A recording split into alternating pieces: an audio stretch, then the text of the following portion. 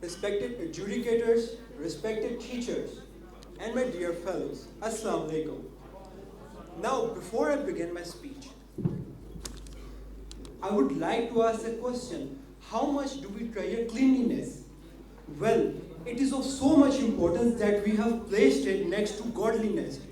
Even our beloved Prophet, peace be upon him, said that the religion is based on cleanliness. The proverb, cleanliness is next to godliness, expresses a lot to us. It indicates to us that cleanliness plays a very vital role in maintaining a very healthy lifestyle. Cleanliness is a virtue which should be promoted among all ethnic groups, age groups, and not only that, among all status, so that we can have a very sound grip over it. So it is of so much importance that even it dates back to Babylonian ages. It is written in their religious scriptures. The term cleanliness simply does not mean to clean our body. It also means the purity of our heart, the cleanliness of our thoughts. The Mahatma Gandhi said, I do not allow anyone to walk over the thoughts with their dirty feet.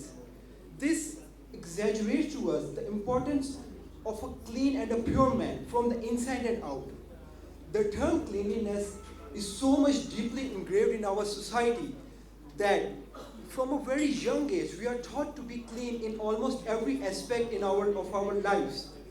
This behavior allows us to have a very positive impact not only on individual level but also on a society as a whole.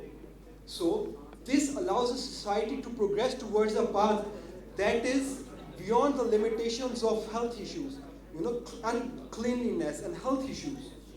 As we are Muslims, it is our duty to be clean.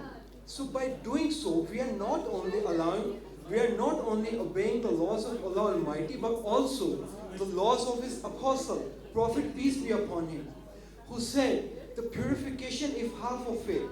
So in the end, I would like to conclude that a person should not only be clean from the outside, he should also be clean from the inside, so that he can have a huge impact on the society and we can, tackle our way through every difficulty.